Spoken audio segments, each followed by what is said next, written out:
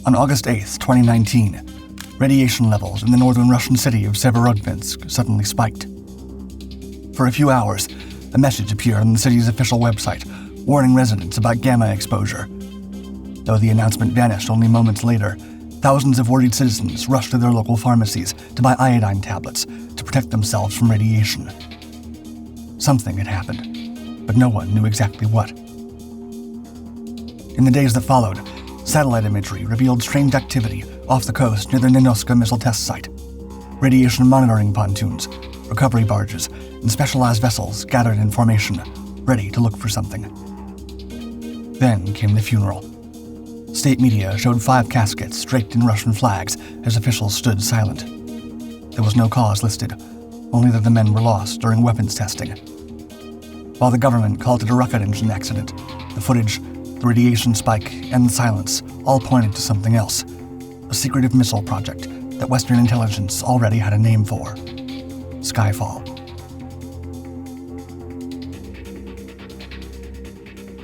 You have failed to contain Russia. On March 1, 2018, Vladimir Putin stood before the Russian Federal Assembly and made a bold announcement that would ripple far beyond Moscow. Quote, "I want to tell all those who have fueled the arms race over the last 15 years, sought to win unilateral advantages over Russia, introduced unlawful sanctions aimed to contain our country's development. All what you wanted to impede with your policies have already happened. You have failed to contain Russia."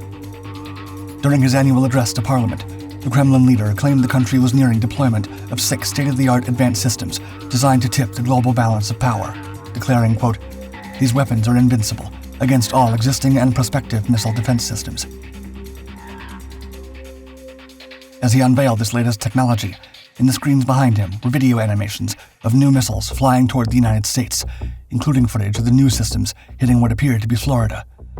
The clips appeared on social media not long after, with the identifying markers and special components now blurred beyond recognition. The showcase included 6 distinct systems, each one promising to neutralize NATO's technological edge, like the Kinzhal, a hypersonic air-launched ballistic missile capable of speeds exceeding Mach 10, and the Avangard, a glide vehicle that can travel at hypersonic velocities while performing evasive maneuvers through the atmosphere. Others include the Poseidon, an unmanned underwater vehicle built to slip past naval defenses, the Sarmat, a heavy intercontinental ballistic missile with supposedly enough range and payload to bypass existing interceptors, as well as the Perezvet laser system and the Surkan hypersonic cruise, rounding out the roster. But one weapon stood apart from the rest.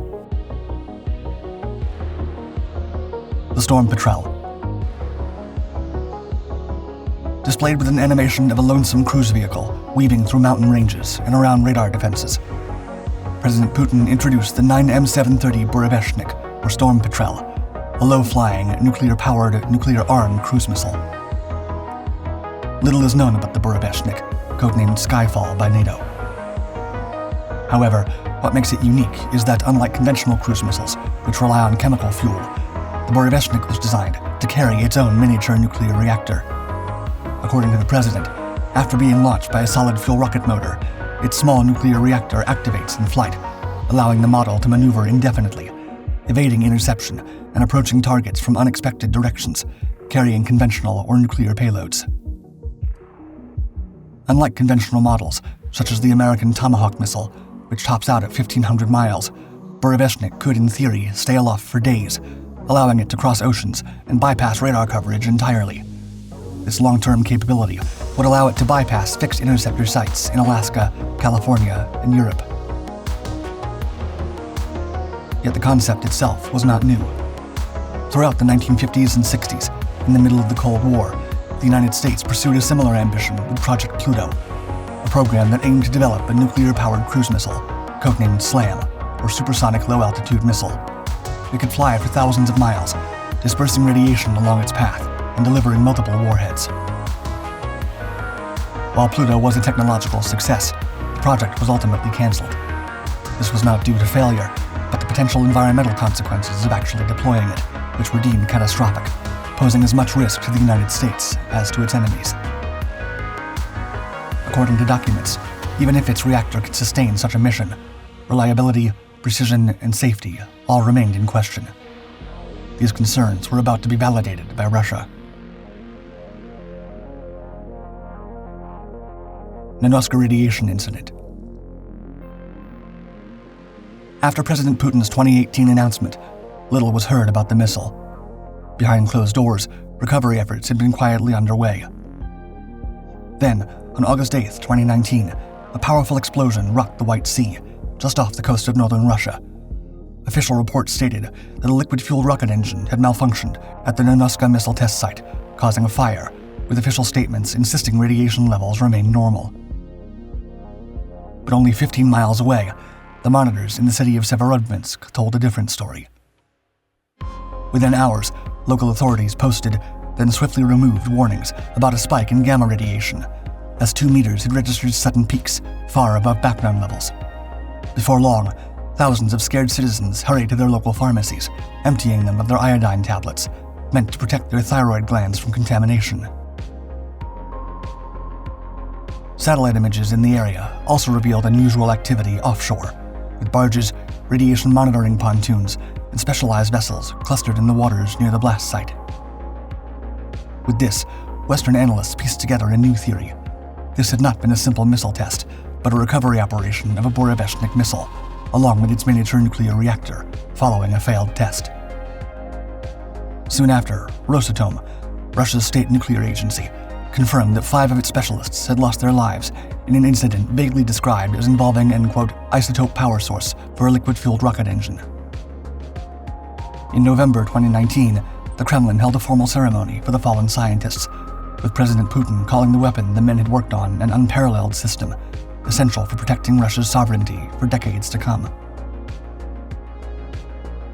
While the nation's Ministry of Defense maintained its silence and the exact cause of the explosion remains unclear, Russia continued to test the very missile that caused the blast. To test or not to test? Overall, the testing of the 9M730 Burevestnik has seen mixed results, with most of the 13 known tests ending in failure, and only 2 being successful. United States officials assessed that its most successful test flight lasted little more than 2 minutes, flying 22 miles before crashing into the sea.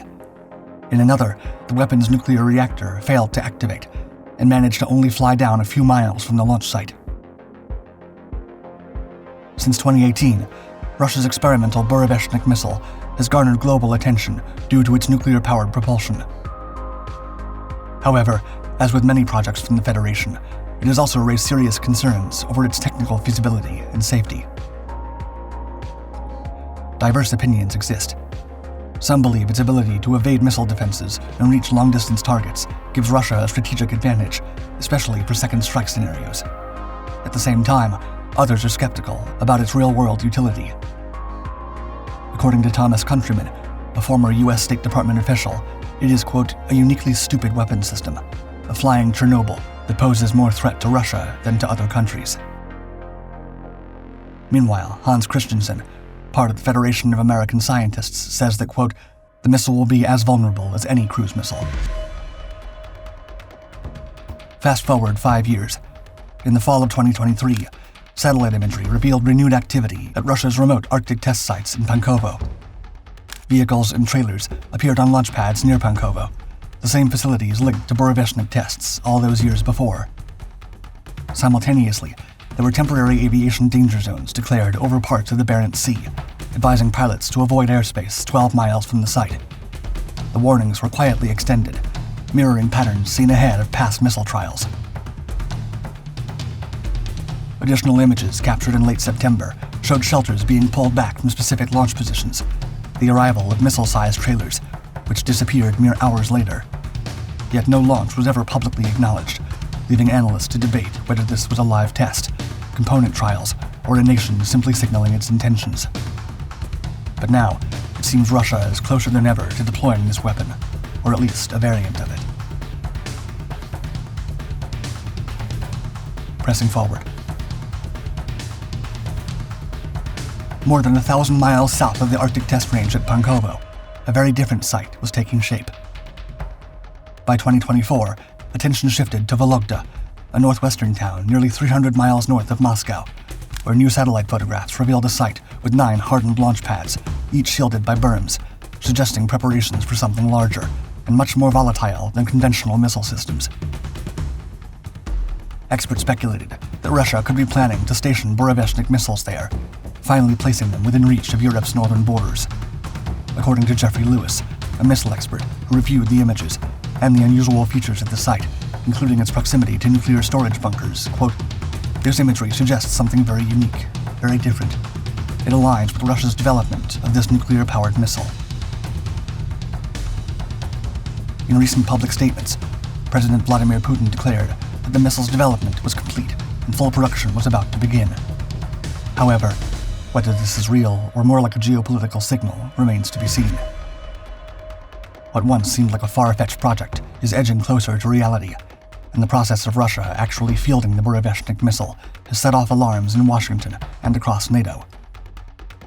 However, the timing of this push is no coincidence, as the new Strategic Arms Reduction Treaty, or New START, the last major nuclear arms control pact between the United States and Russia, is set to expire in 2026.